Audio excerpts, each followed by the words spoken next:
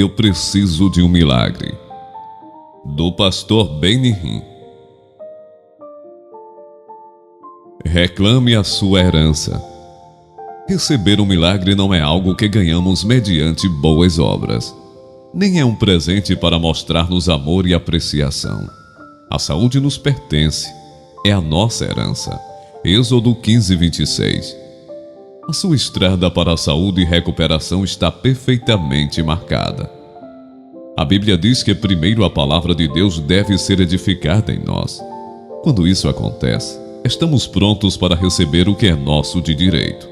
Agora, pois, irmãos, encomendo-vos a Deus e a palavra da sua graça, a Ele que é poderoso para vos edificar e dar herança entre todos os que são santificados. Atos 20:32. Numa época de comidas rápidas, fotos instantâneas e circuitos integrados de computadores, as pessoas querem tudo agora e esperam que o Senhor responda da mesma forma. Mas o reino de Deus não funciona com uma mentalidade de forno de micro-ondas. A palavra primeiro edifica e depois dá o que pedimos. É preciso tempo para edificar, e a palavra de Deus é que une todas as partes.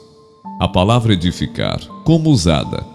Aqui é o termo grego para construção. Tudo começa com um fundamento sólido na nossa conversão e cresce, tijolo por tijolo, camada após camada, até que a estrutura se torne uma obra-prima. Ninguém gosta de esperar. Mas se um fazendeiro preparar uma refeição com as suas sementes, não vai sobrar nada para semear e sustentá-lo nos dias futuros. Ele não come as suas sementes. Você alcançará liberdade quando plantar a semente da verdade.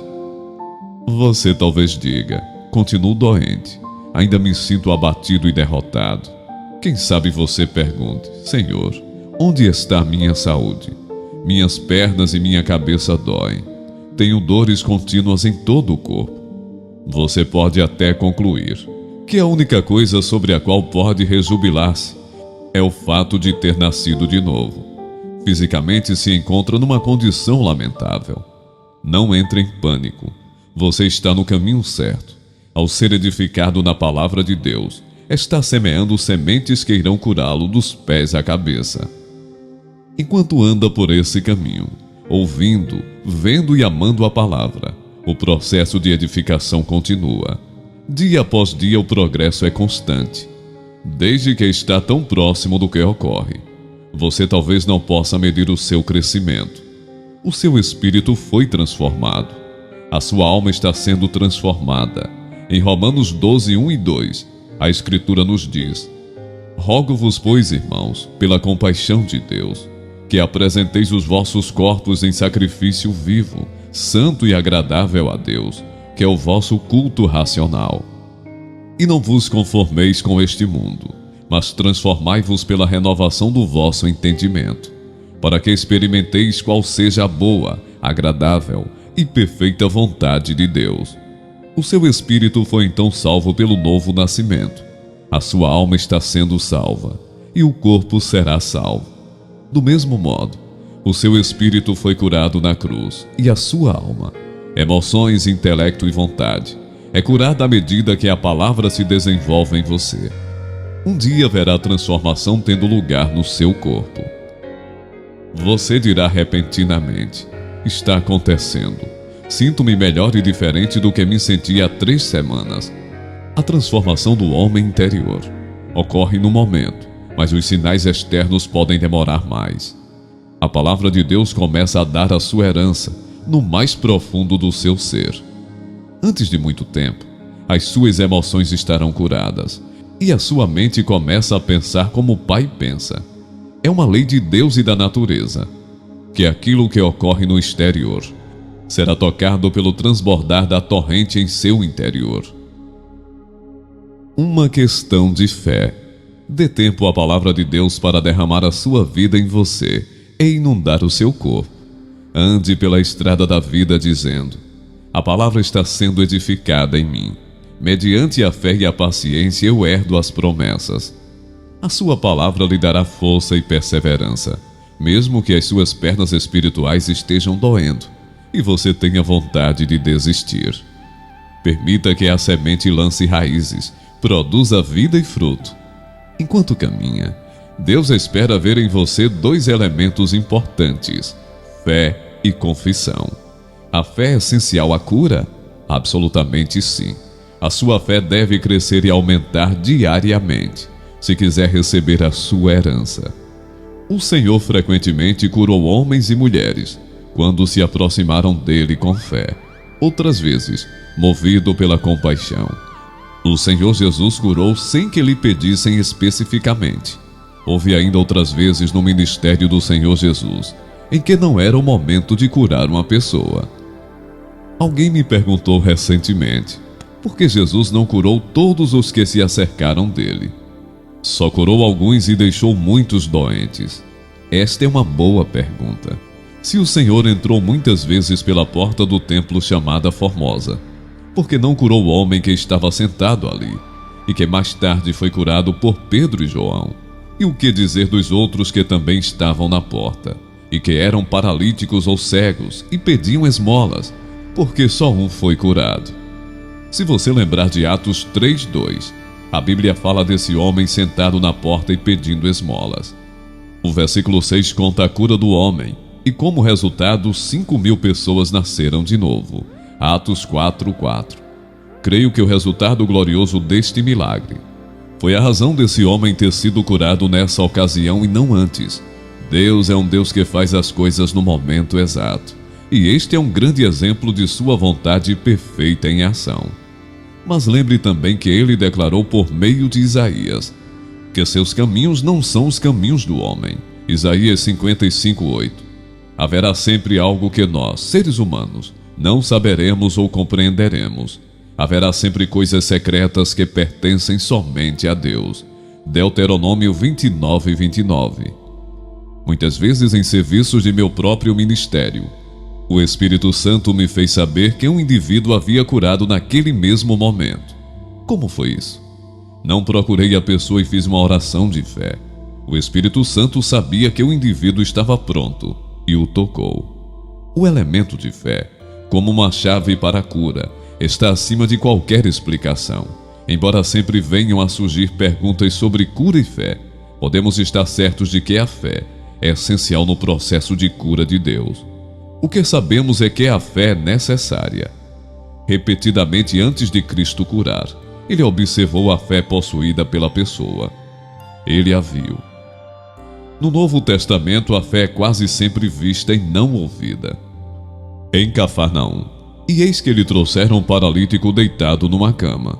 E Jesus, vendo a fé deles, disse ao paralítico: Filho, tem bom ânimo, perdoados te são os teus pecados. Mateus 9:2. Ele viu a fé que aqueles homens tinham ao carregar o paralítico e sentiu compaixão. Momentos mais tarde, o homem foi totalmente curado, mas só depois de seus pecados serem perdoados. Além disso, temos na Bíblia exemplos de indivíduos se aproximando de Jesus determinados a receberem cura. A mulher com fluxo de sangue enfrentou o obstáculo da multidão ao redor de Jesus. Ela estava tão decidida a ser curada que libertou sua fé, abriu caminho até chegar a Jesus, tocou suas vestes e recebeu a cura. Nos primeiros dias do meu ministério, Deus abriu meus olhos para este fato. As pessoas podem receber milagres por estarem decididas a receber a sua herança. Senhor, sente-se. Há vários anos em Phoenix, Arizona, enquanto estava pregando, notei na audiência de milhares de pessoas um alvoroço. Olhei atentamente e vi uma mulher numa cadeira de rodas que tentava pôr-se de pé. De repente ficou apoiada na cadeira e começou a mover as pernas de um lado para outro. Eu continuei a pregar, mas parecia que as pessoas em toda parte estavam voltando a sua atenção para a mulher, e eu não era exceção. Eu não chegara ainda a crer no que estou ensinando agora e pensei: essa mulher vai cair e machucar-se. Imediatamente falei com ela da plataforma e lhe disse: Senhora, sente-se, porque Deus não está curando você. Enquanto continuava a mensagem, olhei e vi que ela estava novamente tentando mover as pernas de um lado para outro. Parecia que não ia parar de fazer isso. Eu repeti: Por favor, sente-se. No fim do serviço, enquanto dezenas de pessoas se apresentavam para receber salvação, eu a vi de novo, fora da cadeira, movendo as pernas. E então a cadeira de rodas começou a afastar-se dela. Estava preocupado em que pudesse cair e machucar-se.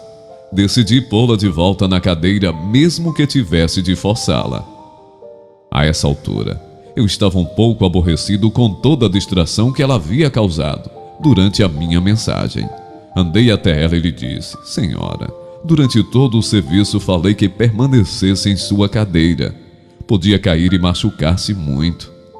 De repente, com muita emoção, ela começou a falar comigo. Cada palavra era em espanhol. Fala inglês? Perguntei, mas ela continuou a responder em seu próprio idioma. Não havia compreendido uma palavra do que eu dissera naquela noite. Ela provavelmente pensou que eu estivera dizendo que Deus iria realizar um milagre. Chamei alguém que falava em espanhol para ser meu intérprete e disse: diga-lhe para sentar-se porque Deus não a curou. Quando estiver curada, pode levantar-se. Ela entendeu minha mensagem e recebi sua resposta. Ela disse pelo intérprete: diga a esse pregador que vou ser curada esta noite, que ele goste ou não. Fiquei estupefato. Vi uma fé como nunca vira antes. Imediatamente tomei sua mão e disse: em nome de Jesus. No momento em que pronunciei o seu nome, a mulher começou a gritar em espanhol. Não compreendi uma palavra do que ela disse, mas pude sentir a presença de Deus ali. No mesmo instante, ela pulou da cadeira e saiu correndo. Tudo o que pude fazer foi ficar olhando para ela espantado. Em todo o auditório, as pessoas começaram a louvar o Senhor em alta voz. Foi uma grande lição para mim. A pobre senhora estava querendo transmitir uma mensagem, e eu fui demasiadamente obtuso para vê-la. O que ela estava fazendo? Exercendo a sua fé. Eu vi a sua fé e não pude reconhecê-la, mas Jesus reconheceu. Estou certo de que a senhora espanhola fora convencida pela palavra de que Deus iria curá-la. Creio que ela foi edificada mediante a fé e a paciência. E aquele era o momento de colher os resultados. Ela exerceu a sua fé e estava esperando que eu exercesse a minha. Quando você chega a ficar preparado desse modo, ouve as palavras de Jesus dizendo: seja feito conforme a tua fé. Mateus 8,13. Palavras de poder. A fé desempenha um papel vital na cura, e o mesmo acontece com a confissão. Você talvez pergunte: por que tenho que confirmar as promessas de Deus? Porque isso é tão importante. A confissão sem o Espírito Santo não passa de palavras vãs. Gênesis 1:2 declara: e a terra era sem forma e vazia, e havia trevas sobre a face do abismo, e o Espírito de Deus se movia sobre a face das águas. O versículo 3 continua: e disse Deus: haja luz, e houve luz. Imagine, o próprio Deus não falou enquanto o Espírito Santo se movia. Falar a palavra de Deus sem o movimento do Espírito Santo é inútil. O Salmo 91, 1 e 2 afirma novamente a importância da confissão. Aquele que habita no esconderijo do Altíssimo, à sombra do Onipotente descansará. Direi do Senhor: Ele é o meu Deus, o meu refúgio, a minha fortaleza, e nele confiarei. Vemos aqui que devemos repousar na presença de Deus para confirmar as suas promessas. Descobri que a confissão concede ao nosso espírito domínio sobre nosso corpo e nossa mente. A Escritura nos adverte: porém que estás preso com as palavras da tua boca. Provérbios 6:2. Você é capturado e dominado pelas suas palavras, e o mesmo acontece com seu espírito. É importante que as palavras certas predominem em sua vida. Você deve falar a palavra de Deus de pleno acordo com o Pai. Confessar as suas promessas em voz alta é simplesmente concordar com Ele. Você diz: tentei isso, mas não obtive resultados. Precisamos reter a nossa confissão e não soltá-la. Tendo, pois, a Jesus, o Filho de Deus, como grande sumo sacerdote, que penetrou os céus, conservemos firmes a nossa confissão. Hebreus 4:14. A palavra nos diz: retenhamos firmes a confissão da nossa esperança, porque fiel é o que prometeu. Hebreus 10:23. Em Romanos 10:10 lemos: com a boca se faz confissão para a salvação. É nesse ponto que muitas pessoas param. Elas creem que isso só tem a ver com o momento em que declaramos que Jesus é Senhor. Somos instruídos para reconhecer a nossa fé, confessá-la e retê-la. Até o salmista falou sobre isso. Aquele que me oferece sacrifício de louvor me glorificará, e aquele que bem ordena o seu caminho, eu mostrarei a salvação de Deus. Salmos 50:23. A sua conversa deve estar de acordo com a palavra. E quando estiver, você verá a salvação de Deus. Todavia, somente as suas palavras, em separado do movimento do Espírito em seu coração, não irão produzir por si mesmas a sua herança. A confissão dá ao seu espírito a autoridade de Deus, e você conhecerá o poder de cura de Deus. Por que é necessário que você continue confessando?